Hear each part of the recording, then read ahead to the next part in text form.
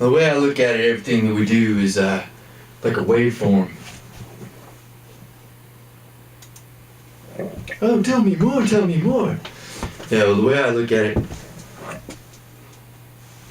everything we do is just kind of a pattern, you know? So it moves in and out of recognizable moments, swells into being, and then suddenly it's back in the background. And, you know, our ability to detect the pattern is the opposite of the pattern. If the pattern's pushing, you know, then we're being pushed inward, right? And it's pushing out, and we're getting the impression of it pushing out into us. So we're always getting it backwards, you know? And then, like, I was thinking about it, you know, if you had a being that was beyond time and space, and you really wanted to just mess with their head, you know what you do?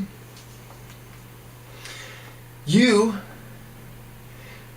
being the malicious genius of creation that you are, you would train them to watch time backwards, so that everything would appear to be rushing away from them, even as it was actually coming into them. And since they would be allowing that imprint of what seemed to be happening to become an act of creation, then they would move further and further away from all the energy that was rushing into them, you know? And you'd be really messing with these beings' heads. Only like the head isn't contained where we think it is, you know, because our brain is there to make sure we get up and eat breakfast.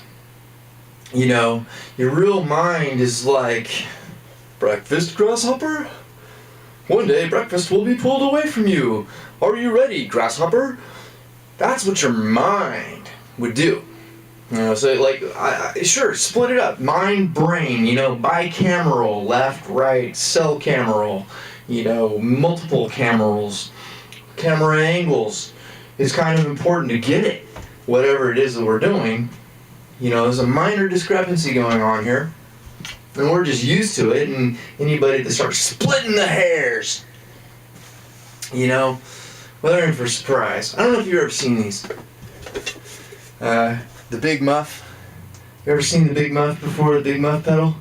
Yeah, you know. I had a guy come up to me in a car. I was in San Francisco. Believe it or not, he asked me if I was looking for a Big Muff. And I played it straight, man, because I knew what a Big Muff was. You know, and I don't know if that's dorky or not, knowing what a Big Muff is. You know, boy, circling the joke there, you know, well, alphabet style, you know, get creative. But anyways, the point of all of that is the illusion of what you think is happening at this one moment where some guy comes up to you and says, are you, insert name here, my name's Dan, I'm discovering that is an incredibly common name, okay? I don't know when all the moms in the world got the same idea. They're like, oh, no, I'll name him Daniel, because that's just a brilliant way to make sure that he's distinctively recognized by members of his tribe, the Dans. You know, the Jews ain't got nothing. The tribe of Dan, let me tell you, ain't got nothing on the tribe of Danese. And Dans that are out there now that ain't Jewish at all. I mean, like, we are a tribe. And so anyways, I'm just chilling in the car. Dude just walks up. So, you Dan? Yeah. Looking for a Big Muff? Like, no. Never which kind of muff I was looking for. I already have a Big Muff, as you can see. And my name's Dan.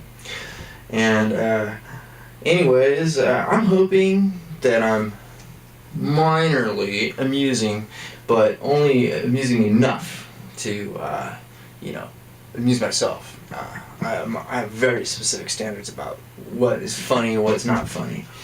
And what's funny is how screwed I am in, you know, in the scheme of things right now. Can't believe it, man. What the is going on these days, dude? I mean, like, I got a limited amount of time to get the respect from the Bettys.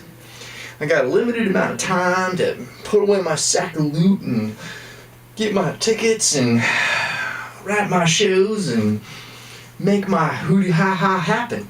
Because we're on a schedule here.